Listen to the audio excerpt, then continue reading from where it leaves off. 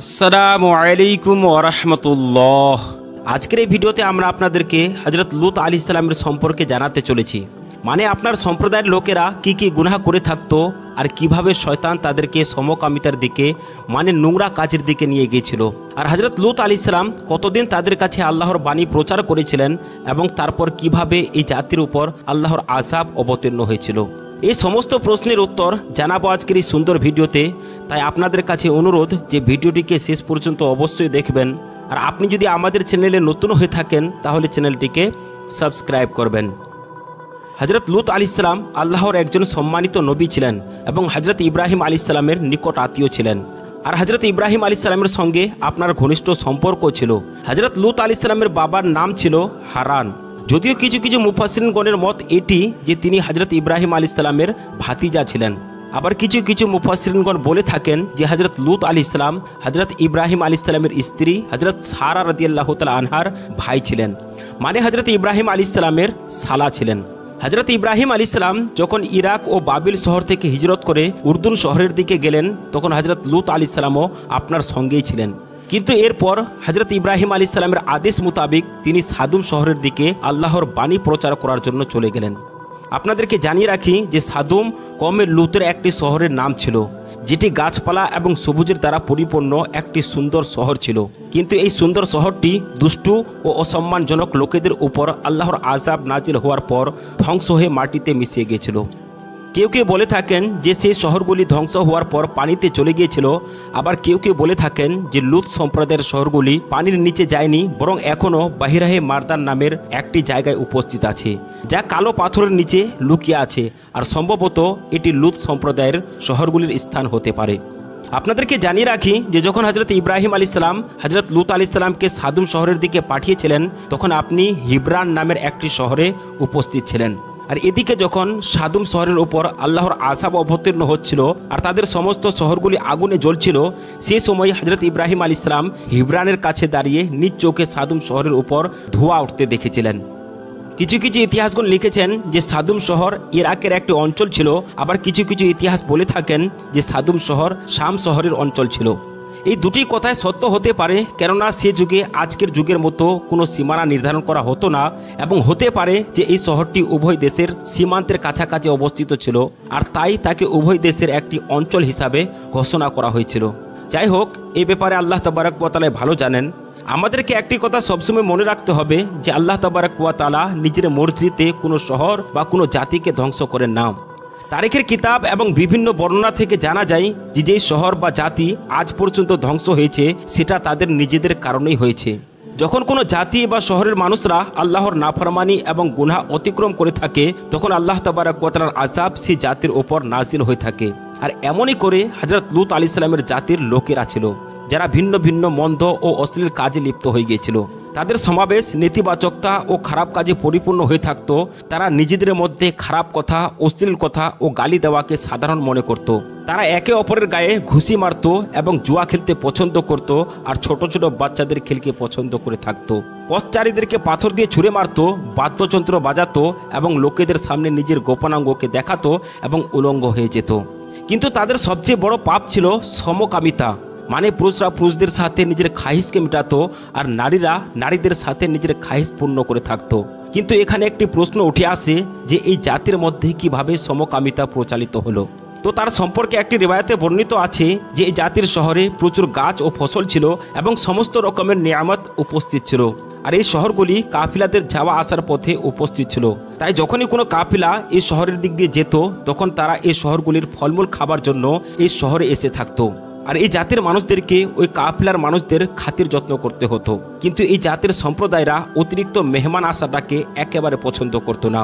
আর যার কারণে এই জাতির মানুষরা বিরক্ত হয়ে পড়ল। তখন শয়তান তাদের কাছে একদিন একজন বৃদ্ধ মানুষের আকারে এসে বলতে লাগলো যে তোমরা কি চাও যে আমি তোমাদের এমন একটি পদ্ধতি বলি যা তোমরা অনুসরণ করলে কেউ তোমার শহরে আসবে না? তখন তারা বলতে লাগলো কি পদ্ধতি? তখন শয়তান বলল, যে কেউ মানুষ তোমাদের শহরে প্রবেশ করবে তোমরা তার সঙ্গে অশ্লীল কাজ করতে শুরু করে দেবে, মানে শারীরিক সম্পর্ক গড়ে তুলবে এবং তার জিনিসপত্রকে ছিনিয়ে নেবে। এরপর একদিন শয়তান তাদের কাছে সুদর্শন এবং সুন্দর বালকের রূপে এসে তাদেরকে জড়িয়ে ধরল এবং তাদেরকে যেভাবে শিক্ষা দিয়েছিল সেভাবে তারা তার সঙ্গে খারাপ কাজ করতে শুরু করে দিল। তখন এই জাতির মানুষরা এই কাজটিকে এত পছন্দ করতে লাগলো, যার ফলে এই জাতির পুরুষরা পুরুষদের সাথে আর নারীরা নারীদের সাথে নিজের খাইশ পূর্ণ করতে শুরু করে দিল। আর পুরুষরা মহিলাদের থেকে দূর হয়ে গেল এবং মহিলারা পুরুষদের থেকে দূর হয়ে গেল। অন্য আরেকটি রিবায়াতে উল্লেখ আছে যে হযরত লূত আলাইহিস সালামের জাতি ছিল আল্লাহর সৃষ্টির মধ্যে শ্রেষ্ঠ জাতি। মানে এই জাতির মানুষরা এক আল্লাহর উপরে বিশ্বাস রাখত আর এক আল্লাহর ইবাদত করত। তাই ইবলিস লাইন এটি সহ্য করতে পারল না আর তাদেরকে বিভ্রান্ত করার জন্য সুযোগ খুঁজতে লাগলো। রিবায়াতে বর্ণিত আছে যে যখন এই জাতির মানুষরা কখনো কোনো কাজের জন্য যেত তো সমস্ত জাতির মানুষরা একসঙ্গে যেত আর নিজের নারীদেরকে বাড়ি একা ছেড়ে দিত। এদিকে শয়তান তখন সুযোগ পেয়ে গেল আর পরিকল্পনা করতে লাগলো যে যখন তারা নিজের ফসল এবং সম্পদ সংগ্রহ করে ফিরে আসবে তখন এই শয়তান তাদের সমস্ত ফসল এবং সম্পদকে লুট করে বরবাদ এবং নষ্ট করে দেবে। আর শয়তান এমনই করতে লাগলো যে তাদের ফসল ও সম্পদকে লুট করে বরবাদ করে দিত। যখন এই জাতির লোকেরা নিজের ফসলকে বরবাদ হতে দেখে পরেশান হয়ে গেল তখন এই জাতির লোকেরা একটি মাশওয়ারা করলো যে তাকে শিক্ষা দিতেই হবে যে আমাদের ফসলকে বরবাদ করে থাকে। তখন এই জাতির মানুষরা তাকে ধরার জন্য অপেক্ষা করতে লাগলো এবং অবশেষে তাকে ধরেও ফেললো। এরপর যখন তারা দেখতে পেল যে একটি ছেলে যে খুবই সুদর্শন এবং সুন্দর ছিল তখন তারা জিজ্ঞেস করলো, সে কি তুই আমাদের সম্পত্তি নষ্ট করছিলিস? তখন সে বলল, হ্যাঁ, আমি তোমাদের জিনিসপত্রকে লুট করে নষ্ট করে দিতাম। এরপর তাদের মধ্যে কিছু কিছু মানুষ বলতে লাগলো যে তাকে মেরে ফেলা যাক, কিন্তু অবশেষে তাকে এক ব্যক্তির কাছে সুপুর্দ করে দেওয়া হলো আর বলল এর বিচার কালকে হবে। যখন রাত হলো তখন শয়তান কাঁদতে শুরু করলো। লোকটি জিজ্ঞেস করলো, তোমার কি হয়েছে? সে বলল, আমার বাবা রাতে আমাকে তার বুকে বসাতেন আর আমি আমার বাবার বুকেই ঘুমিয়ে যেতাম। তখন সেই ব্যক্তি বলল, তাহলে আসো আর আমার বুকে ঘুমিয়ে যাও। যখন শয়তান তার বুকে ঘুমাতে লাগলো আর সে এমনভাবে নড়াচড়া করতে লাগলো যা তাকে প্রলুব্ধ করে দিল এবং তাকে সে শিক্ষা দিয়ে দিল যার অপেক্ষা শয়তান বহুদিন থেকে করে এসেছিল। এরপর সে তার সাথে সমকামিতা মানে তার বায়ুপথে সম্পর্ক করতে লাগলো আর যেটিকে সে আনন্দ অনুভব করতে লাগলো। এরপর যখন সকাল হলো তখন সে রাতে যা ঘটেছিল তা নিজেদের মানুষদের কাছে প্রকাশ্য করে দিল। আর এই ব্যর্থতা তাদের সবাইকে এত খুশি করলো যে তারা রাস্তার ওপর অপেক্ষায় বসে থাকতো এবং তাদের শহরের পাশ দিয়ে যে কেউ যেত তাকে ধরে ফেলতো এবং তার সাথে এই অশ্লীল কাজ করে থাকতো। এরপর যখন লোকেরা তাদের শহরের রাস্তাকে ছেড়ে দিল তখন তারা একে অপরের সঙ্গে এই কাজ করতে শুরু করে দিল। আর এদিকে শয়তান যখন দেখলো যে তার কর্মকাণ্ড পুরুষদের মধ্যে তো প্রচালিত হয়ে গেছে তখন সে একজন নারীর রূপ ধারণ করে নারীদের কাছে এসে বলল যে তোমাদের পুরুষরা একে অপরের সাথে ব্যস্ত রয়েছে আর তোমাদেরকে ভুলে গেছে, তাই তোমাদেরকেও একে অপরের সাথে ব্যস্ত থাকা উচিত। আর এমনই করে নারীদের মধ্যেও এই অশ্লীলতা শুরু হয়ে গেল। তাই এই অবস্থায় এই জাতিকে আল্লাহর শাস্তি থেকে সতর্ক করার জন্য এবং তাদের পরিণতির সম্পর্কে অবগত করার জন্য হযরত ইব্রাহিম আলাইহিস সালাম হযরত লূত আলাইহিস সালামকে এই জাতির কাছে পাঠালেন। পবিত্র কুরআনুল কারিমে আল্লাহ তাবারক ওয়া তাআলা হযরত লূত আলাইহিস সালামের সম্প্রদায়ের কাহিনী কিছুটা এমনভাবে বর্ণনা করেছেন যে যখন হযরত লূত আলাইহিস সালামের জাতির লোকেরা আল্লাহ তাবারক ওয়া তাআলার রাসূলদের প্রত্যাখ্যান করেছিল তখন বলা হয়েছিল, আমি তোমাদের জন্য আমিন রসুল, আল্লাহকে ভয় করো এবং আমার অনুগত্য করো, কারণ আমি সুখের পথের নেতা। এখনো পর্যন্ত তোমরা কি আমার কাছ থেকে কোনো বিশ্বাসঘাতকতা দেখেছ? মনে করবে না যে এই ঈশ্বরিক আমন্ত্রণটি আমার বিনোদনের একটি মাধ্যম বা আমি একটি বস্তুগত লক্ষ্য মাথায় রেখে এমন কাজ করে থাকি। তারপরে হযরত লূত আলাইহিস সালাম তাদের অনৈতিকতা এবং তাদের কিছু নৈতিক অবক্ষয়ের বর্ণনা দিলেন এবং যেহেতু তাদের প্রধান বিচ্যুতি ছিল সমকামিতা তাই সে এই বিষয়টির উপর জোর দিয়ে বললেন, পৃথিবীর মধ্যে কেন তোমরা কেবল পুরুষদের নিকট এসে থাকো আর তোমাদের স্ত্রীগণকে বর্জন করে থাকো যাদেরকে তোমাদের জন্য তোমাদের পালনকর্তা সৃষ্টি করেছেন? নিঃসন্দেহে তোমরা সীমা লঙ্ঘনকারী সম্প্রদায়। তখন হযরত লূত আলাইহিস সালামের জাতির লোকেরা এই জলাভূমি থেকে নিজেদেরকে বের করার পরিবর্তে তারা তার সাথে যুদ্ধ করতে লাগলো এবং বলতে লাগলো, হে লূত, অনেক হয়েছে, এখন চুপ করো। যদি তুমি এসব কথা থেকে বিরত না থাকো তাহলে তোমারও গণনা সে মানুষদের সাথে করা হবে যাদেরকে এই শহর থেকে বের করে দেওয়া হয়েছে। কোরআন বলে যে তাদের কাছে এই বলা ছাড়া আর কোনো উত্তর ছিল না যে হযরত লূত আলাইহিস সালাম এবং হযরত লূত আলাইহিস সালামের পরিবারকে এই শহর ও এলাকা থেকে বের করে দেওয়া, কারণ তারা খুবই পাক মানুষ এবং তারা আমাদের সাথে নিজের মিটমাট করতে পারবে না। আপনাদেরকে জানিয়ে রাখি যে হযরত লূত আলাইহিস সালাম 30 বছর পর্যন্ত এই জাতির কাছে আল্লাহ তাবারক ওয়া তাআলার বাণী প্রচার করেছিলেন, কিন্তু তার পরিবার ছাড়া এবং তাও তার বিবি ছাড়া, কারণ সে মুশরিকদের সাথে যোগ দিয়ে থাকতো। এছাড়া আপনার উপর কেউ ঈমান নিয়ে আসেনি। হযরত লূত আলাইহিস সালাম তাদের হুমকির কিছুই পারওয়াহ করলেন না এবং আপনি আপনার কাজ প্রতিনিয়ত চালিয়ে গেলেন আর বললেন যে তোমরা আমার শত্রু নয়, বরং যে কর্মকাণ্ড তোমরা করে থাকো আমি তোমাদের সেই কর্মকাণ্ডের শত্রু আর তোমাদের ওই সব কাজকে ঘৃণা করে থাকি। এখানে একটি কথা ভাবার বিষয় যে হযরত লূত আলাইহিস সালাম বলেছেন যে আমি তোমাদের কর্মের শত্রু, অর্থাৎ আমি তোমাদের সঙ্গে শত্রুতা করছি না, কিন্তু আমি তোমাদের লজ্জাজনক কাজকে ঘৃণা করে থাকি। তোমরা যদি এই কাজগুলো নিজের কাছ থেকে দূরে করে দাও তাহলে তোমরা আমার সত্যিকারের বন্ধু হয়ে যাবে। এরপর যখন হযরত লূত আলাইহিস সালামের দায়িত্বের কাজ শেষ পর্যায়ে পৌঁছে গেল, তখন হযরত লূত আলাইহিস সালামের কাছে সময় এসে গেল যে সে নিজেকে এবং যারা আপনার উপর ঈমান নিয়ে এসেছিলেন তাদেরকে এই পাপের এলাকা থেকে বের করে নিয়ে যাওয়ার আদেশ হয়ে গেল, যাতে করে এই বেহায়া জাতিকে ভয়ানক শাস্তি গ্রাস করে নেয়। এরপর হযরত লূত আলাইহিস সালাম আল্লাহ তাবারক ওয়া তাআলার দরবারে দোয়া করলেন যে হে আল্লাহ, এরা যা বলছে তা থেকে আমাকে এবং আমার পরিবারকে বাঁচান। অবশেষে হযরত লূত আলাইহিস সালামের দোয়া আল্লাহ তাবারক ওয়া তাআলা কবুল করে নিলেন এবং এই জাতির বিরুদ্ধে আল্লাহ তাবারক ওয়া তাআলার পক্ষ থেকে কঠিন শাস্তির আদেশ জারি হয়ে গেল।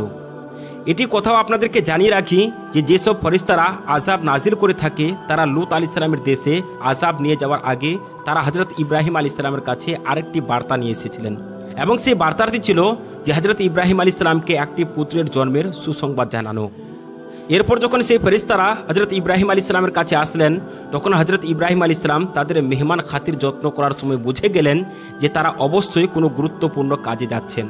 হযরত ইব্রাহিম আলাইহিস সালামের সাক্ষাতের কথা আল্লাহ তাবারক ওয়া তাআলা পবিত্র কোরআনে এভাবে বলেছেন যে যখন আমার ফেরেশতারা হযরত ইব্রাহিম আলাইহিস সালামের কাছে সুসংবাদ দেওয়ার জন্য গেলেন, সুসংবাদ হযরত ইসহাক ও ইয়াকুব আলাইহিস সালামের জন্মের, এরপর সেই ফেরেশতারা হযরত ইব্রাহিম আলাইহিস সালামকে হযরত লূত আলাইহিস সালামের শহরের দিকে ইশারা করে বললেন যে আমরা এই শহর এবং এর অধিবাসীদের ধ্বংস করার জন্য এসেছি, কারণ এই জাতির লোকেরা জালিম ও নাফরমান হয়ে গিয়েছে। যখনই হযরত ইব্রাহিম আলাইহিস সালাম এই কথা শুনেছেন তখন আপনি হযরত লূত আলাইহিস সালামের কথা ভাবতে লাগলেন আর বললেন সেই বস্তিতে তো হযরত লূত আলাইহিস সালামও আছেন, তার কি হবে? তখন ফেরেশতারা বললেন এটা নিয়ে আপনি চিন্তা করবেন না, আমরা এই জনপদে যারা বসবাস করে থাকে তাদের সম্পর্কে ভালো করে জেনে থাকি। ফেরেশতারা আরও বলেছিল যে আমরা লূত আলাইহিস সালাম এবং তার পরিবারকে রক্ষা করব আর তার স্ত্রী ব্যতীত যে এই জাতির সাথে মিলে আছে সে আযাবের সম্মুখীন হবে। কোরআনের এই আয়াত থেকে বোঝা যায় যে সেখানে সমস্ত বস্তির মানুষদের মধ্যে শুধুমাত্র একটাই পরিবার ছিল যারা হযরত লূত আলাইহিস সালামের উপর ঈমান নিয়ে এসেছিল আর আল্লাহ তাবারক ওয়া তাআলা তাদেরকে সেই আযাব থেকে মুক্তিও দিয়েছিলেন। যেমনটি কোরআনে বর্ণিত রয়েছে যে আমরা সেখানে একটি পরিবার ছাড়া আর কোনো মুসলমানকে পাইনি, এমনকি হযরত লূত আলাইহিস সালামের স্ত্রীও ছিলেন মুমিনদের মধ্যে সবচেয়ে বর্জনীয়, তাই সেও আযাবের মধ্যে ধরা পড়েছিল। যে মহিলা নবী পরিবারদের সদস্য ছিল তার ঈমানদার ও মুসলমানদের থেকে বিচ্ছিন্ন হওয়া উচিত ছিল না, কিন্তু তার কুফর, শিরিক ও মূর্তি পূজার কারণে সে এই শ্রেণী থেকে দূরে থেকে গেল। এরপর হযরত ইব্রাহিম আলাইহিস সালামের সাথে ফেরেশতাদের আলোচনা এখান থেকে শেষ হয়ে গেল। এরপর তারা হযরত লূত আলাইহিস সালামের বস্তির দিকে এগোতে লাগলেন। কোরআনে বলা হয়েছে যে যখন আমার রসুল লূত আলাইহিস সালামের কাছে তারা এসেছিলেন তখন তার আগমনের কারণে তিনি অত্যন্ত চিন্তিত হয়ে পড়েছিলেন। তফসিরের মধ্যে লেখা আছে যে যখন আল্লাহ তাবারক ওয়া তাআলার ফেরেশতা আযাব নিয়ে অবতীর্ণ করেছিলেন সে সময় হযরত লূত আলাইহিস সালাম ক্ষেতের মধ্যে কাজ করছিলেন। হঠাৎ করে যখন তিনি দেখতে পেলেন যে সুন্দর যুবকরা তার দিকে এগিয়ে আসছেন আর তারা আপনার কাছে মেহমান হতে চাইলেন, তখন হযরত লূত আলাইহিস সালাম অতিথিদের স্বাগত জানালেন। কিন্তু তিনি এই বিষয়টির প্রতি মনোযোগ হলেন যে এটি এমন একটি শহর যেখানে জৈন বিচ্যুতি, দূষণের নিমজ্জিত আছে। এই সুন্দর যুবকদের আগমন বিভিন্ন সমস্যার কারণ এবং তাদের ক্ষণস্থায়ী হওয়ার জন্য সম্ভাবনাও রয়েছে। তাই হযরত লূত আলাইহিস সালাম অবাক হয়ে গেলেন আর এই সমস্যাগুলি তার মনে ঘুরপাক খেতে লাগলো এবং তিনি নিজেকে বলতে লাগলেন যে আজ খুবই একটি কঠিন দিন হতে চলেছে। আপনাদেরকে জানিয়ে রাখি যে আল্লাহ তাবারক ওয়া তাআলা ফেরেশতাদেরকে আদেশ দিয়েছিলেন যে যতক্ষণ না হযরত লূত আলাইহিস সালাম 3 বার এই জাতির ব্যাপারে মন্দ ও বিচ্যুতির সাক্ষ্য দেয় ততক্ষণ পর্যন্ত তাদের উপর আযাব নাযিল করবে না। কিন্তু তারা পথের মধ্যেই 3 বার হযরত লূত আলাইহিস সালামের সাক্ষ্য শুনে নিয়েছিলেন। আর হযরত লূত আলাইহিস সালাম সেই ফেরেশতাদেরকে রাত না হয়ে যাওয়া পর্যন্ত ক্ষেতের মধ্যেই আটকে রেখেছিলেন, যাতে করে তাদেরকে বস্তির দুষ্ট ও কুৎসিত মানুষের কাছ থেকে তাদের ইজ্জত রক্ষা করতে পারেন। কিন্তু যখন স্বয়ং মানুষের শত্রু তার ঘরের ভিতরেই থাকে তাহলে আর কি করা যায়? আর সে হলো হযরত লূত আলাইহিস সালামের স্ত্রী, যে একজন বেঈমান মহিলা ছিল আর এই পাপী জাতিকে সাহায্য করে থাকতো। হযরত লূত আলাইহিস সালামের স্ত্রী যখন জানতে পারলো যে তাদের বাড়ির সুন্দর কিছু মেহমান এসেছেন, তখন সে ছাদের উপর উঠলো। প্রথমে সে তালি বাজালো, তারপর আগুন জ্বালিয়ে বস্তির সকল মানুষদেরকে জানিয়ে দিল।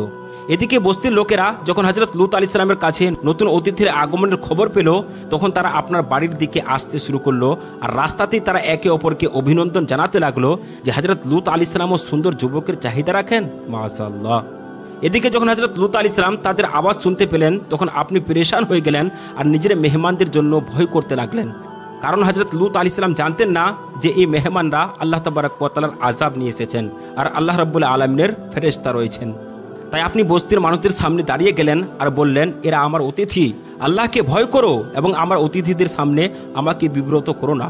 তখন বস্তির মানুষরা বলতে লাগলো যে আমরা কি আপনাকে বলিনি যে বাইরের কোনো মানুষ যেন আমাদের বস্তিতে না আসে? আপনি কেন তা লঙ্ঘন করলেন এবং কেন আমাদের উপদেশ মানলেন না? হযরত লূত আলাইহিস সালাম যখন তাদের এই সাহসিকতা ও ভিত্তিহীনতা দেখলেন, তখন তাদের ঘুমহীনতা ও বিপদগামিতার মাতাল থেকে জাগিয়ে তোলার জন্য পদ্ধতি অবলম্বন করতে লাগলেন আর বললেন, কেন তোমরা বিচ্যুতির পথ অনুসরণ করে থাকো? যদি তোমাদের জন কামনা পূর্ণ করায় তোমাদের উদ্দেশ্য হয়ে থাকে, তাহলে তোমরা বৈধভাবে বিয়ে কেন করে থাকো না? এরা আমার মেয়ে, তোমরা যদি সঠিক কাজ করো তাহলে তার পথ হলো এটা, মানে শরীয়ত অনুযায়ী বিয়ে করো আর শরীয়ত অনুযায়ী তোমরা পথ অনুসরণ করো। আপনাদেরকে বলে রাখি যে এতে কোনো সন্দেহ নেই যে হযরত লূত আলাইহিস সালামের কয়েকজন কন্যা ছিল এবং তাদের সংখ্যাও বেশি ছিল। তবে উদ্দেশ্য ছিল তাদের উপর হজব্রত সম্পূর্ণ করা এবং তারা যেন তাদের মেহমানদের সম্মান ও সুরক্ষা প্রদান করে। এটা স্পষ্ট যে হযরত লূত আলাইহিস সালাম নিজের কন্যাদেরকে মুশরিক এবং গুমরাহ মানুষদের সাথে বিয়ে দেননি, বরং আপনার উদ্দেশ্য শুধুমাত্র এটা ছিল যে প্রথমে ঈমান নিয়ে আসো, তারপর আমি আমার মেয়েদের তোমাদের সঙ্গে বিয়ে দেব। কিন্তু তাদের মধ্যে যদি একটু মানবিক নৈতিকতা ও আবেগের সামান্য পরিমাণ অবশিষ্ট থাকতো, তবে অত্যন্ত এই বয়সের জন্য যথেষ্ট ছিল যে তারা লজ্জিত হয়ে ফিরে যেত। কিন্তু শুধুমাত্র তারা লজ্জিত হলো না, তারা আরও খুব হয়ে গেল আর হযরত লূত আলাইহিস সালামের মেহমানদের দিকে নিজের হাত বাড়াতে লাগলো। কিন্তু এই নোরা জাতির মানুষরা নির্লজ্জভাবে হযরত লূত আলাইহিস সালামকে জবাব দিল যে তোমার আল্লাহ ভালো করেই জানেন যে আপনার কন্যাদের ওপর আমাদের কোনো চাহিদা নেই এবং আপনিও নিশ্চয় জানেন যে আমরা কি চাই আর আমাদের চাহিদা কি। তখন হযরত লূত আলাইহিস সালাম চিৎকার করে বলতে লাগলেন, কাশ আমি এত শক্তিশালী হতাম যে আমি আমার মেহমানদের রক্ষা করতে পারতাম আর তোমাদের চিহ্ন এই পৃথিবী থেকে মিটিয়ে দিতাম। এরপর যখন আল্লাহ তাবারক ওয়া তাআলা হযরত লূত আলাইহিস সালামের এই অবস্থাকে দেখলেন যে হযরত লূত আলাইহিস সালাম চিৎকার করছেন আর ফেরেশতারাও যখন এমন অবস্থা দেখলেন, তখন তারা আপনাকে বললেন, হে লূত, আমরা আপনার রবের কাছ থেকে এসেছি, আপনি চিন্তা করবেন না, তারা কখনোই আপনার কাছে প্রবেশ করতে পারবে না। পবিত্র কোরআনুল কারিমে দ্বিতীয় জায়গায় আল্লাহ তাবারক ওয়া তাআলা উল্লেখ করেছেন যে তারা লূত আলাইহিস সালামের মেহমানদের বিরুদ্ধে সীমা লঙ্ঘন করতে চেয়েছিল, কিন্তু আমি তাদের চোখ অন্ধ করে দিয়েছিলাম। এমনইভাবে একটি রিওয়ায়াতে আছে যে একজন ফেরেশতা তাদের মুখে এক মুঠি মাটি ছুঁড়ে দিয়েছিলেন, যার কারণে তারা অন্ধ হয়ে গিয়েছিল। এরপর তখন হযরত লূত আলাইহিস সালাম বুঝতে পেরে গেলেন যে এবার দুঃখের সময় শেষ হতে চলেছে এবং এই নির্লজ্জ পশু জাতির খপ্পর থেকে মুক্ত হওয়ার সময় এসে গেছে এবং সুখের সময় আসতে চলেছে। এরপর ফেরেশতারা হযরত লূত আলাইহিস সালামকে এই বস্তি ছেড়ে নিজের পরিবারকে নিয়ে চলে যেতে বললেন আর হযরত লূত আলাইহিস সালামকে এটি তাকিদ করলেন যে এই কথাটি নিজের মস্তিষ্কের মধ্যে গেঁথে নিও যে তোমাদের মধ্য থেকে কেউ যেন পিছনে ফিরে না তাকিয়ে দেখে, আর এই আদেশ কেবলমাত্র তোমার স্ত্রী দ্বারা লঙ্ঘন করা হবে। অবশেষে তারা হযরত লূত আলাইহিস সালামকে শেষ কথা বললেন যে আযাবের অবতীর্ণ ও প্রতিশ্রুতি পূর্ণ হওয়ার সময় হলো গিয়ে সকালবেলা এবং সকালে প্রথম রোশনিতে এই জাতির জীবন শেষ হয়ে যাবে। এখন উঠো এবং যত তাড়াতাড়ি সম্ভব এই শহর ছেড়ে চলে যাও। অবশেষে শাস্তির সময় এসে গেল আর হযরত লূত আলাইহিস সালামের অপেক্ষার সময় শেষ হয়ে গেল, যেটিকে কোরআনে আল্লাহ তাবারক ওয়া তাআলা এমনভাবে বর্ণনা করেছেন যে যখন আমার আদেশ এসে গেল তখন আমরা পৃথিবীকে উল্টে দিলাম আর তাদের মাথায় ভারী পাথর বর্ষণ করতে শুরু করলাম। পাথরের এই বৃষ্টি এতই দ্রুত এবং ভারী ছিল যে মনে হচ্ছিল পাথরগুলো একে অপরের উপর চড়েছিল, কিন্তু এগুলো সাধারণ পাথর নয়, বরং এগুলো তোমার আল্লাহর কাছে বিশেষ ও বিশেষ ছিল। কিন্তু এটা কখনো ভাববে না যে এই পাথরগুলো শুধুমাত্র হযরত লূত আলাইহিস সালামের সম্প্রদায়ের জন্য বিশেষ ছিল, বরং এই পাথরগুলি ওই সমস্ত মানুষদের জন্য যারা আল্লাহ তাবারক ওয়া তাআলা নাফরমানি করে থাকে এবং যারা জালিম হয়ে গিয়েছে। এবার আপনাদেরকে এই ঘটনার সম্বন্ধে কিছু বিশেষ কথাকে জানিয়ে দিই। এখানে মস্তিষ্কের মধ্যে প্রশ্ন জেগে থাকে যে কেন সকালবেলা আযাবের জন্য সময় নির্ধারিত করা হয়েছিল। রাত্রিবেলা কেন এই আযাব নাজিল হলো না? তো তার কারণ এটি ছিল যে হযরত লূত আলাইহিস সালামের ঘরে আগত লোকেরা অন্ধ হয়ে গিয়েছিল, আর সেই সময়টা ছিল রাত্রিবেলা। যখন তারা ফিরে এসে নিজেদের ঘটনাকে বর্ণনা করতে লাগলো, তখন তারা বিষয়টি নিয়ে চিন্তা করতে লাগলো। বিষয়টি ছিল এই যে আল্লাহ তাবারক ওয়া তাআলা তাদেরকে সকাল পর্যন্ত একটি সময় দিয়েছিলেন যাতে করে তারা জেগে ওঠে আর নিজের গুনাহের উপর তওবা করে আর আল্লাহ তাবারক ওয়া তাআলার দিকে ফিরে আসে। অথবা আল্লাহ তাবারক ওয়া তাআলা চাইলেন না যে তাদেরকে অন্ধকার রাতের বেলায় আমি তাদেরকে হত্যা করব। এই কারণেই আল্লাহ তাবারক ওয়া তাআলা আদেশ দিয়েছিলেন যে যেন সকাল পর্যন্ত তাদের হাত আযাব থেকে দূরে রাখে। এবং দ্বিতীয় বিষয় হলো এই যে কেন এই জাতির উপর এই আযাব দেওয়া হয়েছিল। এই কথাটি মনে রাখবেন যে শাস্তির সাথে পাপের কিছু সম্পর্ক কিছু না কিছু থেকে থাকে। কারণ এই জাতির মানুষরা এমন একটি নোংরা এবং অশ্লীল কাজ শুরু করেছিল যা এই পৃথিবীতে আগে কোনো মানুষ করেনি। অতএব এই কারণেই আল্লাহ তাবারক ওয়া তাআলা এই শহরগুলিকে ধ্বংস করে দিয়েছিলেন। আর যেহেতু রিওয়ায়াতের অনুসারে তারা সর্বদা নিজের মুখ থেকে অশ্লীলতার বর্ষণ করত, তাই আল্লাহ তাবারক ওয়া তাআলা তাদের উপর পাথর বর্ষণ করেছিলেন। এখন অবশেষে আমরা আপনাদেরকে বলি যে কেন আল্লাহ তাবারক ওয়া তাআলা লূত আলাইহিস সালামের স্ত্রীর উদাহরণ দিয়েছেন। পবিত্র কোরআনে বলা হয়েছে যে আল্লাহ তাবারক ওয়া তাআলা কাফিরদের জন্য একটি উদাহরণ বর্ণনা করেছেন, আর সেটি হলো নূহ আলাইহিস সালামের স্ত্রীর উদাহরণ আর লূত আলাইহিস সালামের স্ত্রীর উদাহরণ। কিন্তু এই দুই নারীকে নবীর সাথে তাদের সম্পর্ক থাকা সত্ত্বেও তারা আল্লাহর আযাব থেকে নিজেকে বাঁচাতে পারল না। তারিখের কিতাবে হযরত নূহ আলাইহিস সালামের স্ত্রীর নাম ওয়ালিহা আর লূত আলাইহিস সালামের স্ত্রীর নাম ওয়ালিয়া বলা হয়েছে। আর কেউ কেউ এর বিপরীত লিখেছেন, অর্থাৎ নূহ আলাইহিস সালামের স্ত্রীর নাম ওয়ালিয়া এবং লূত আলাইহিস সালামের স্ত্রীর নাম ওয়ালিহা লিখেছেন। তবে এটা কথা সত্য যে এই দুই মহিলা এই দুই মহান নবীর সাথে বিশ্বাসঘাতকতা করেছিল। হযরত লূত আলাইহিস সালামের স্ত্রীর বিশ্বাসঘাতকতা এই যে সে এই নবীর শত্রুদের সহযোগিতা করে থাকতো এবং নিজের বাড়ির গোপনীয়তা মুশরিকদের সাথে জানিয়ে দিত। আর হযরত নূহ আলাইহিস সালামের স্ত্রীও এমনই ছিল। আল্লাহ রাব্বুল আলামিনের কাছে দোয়া করি যে তিনি যেন আমাদেরকে নবী করিম সাল্লাল্লাহু তাআলা আলাইহি ওয়াসাল্লামের নির্দেশ মোতাবেক চলার তৌফিক দান করেন, আমিন। আর আমরা মনে করছি যে আজকের এই ভিডিওটি আপনাদেরকে অবশ্যই ভালো লেগেছে।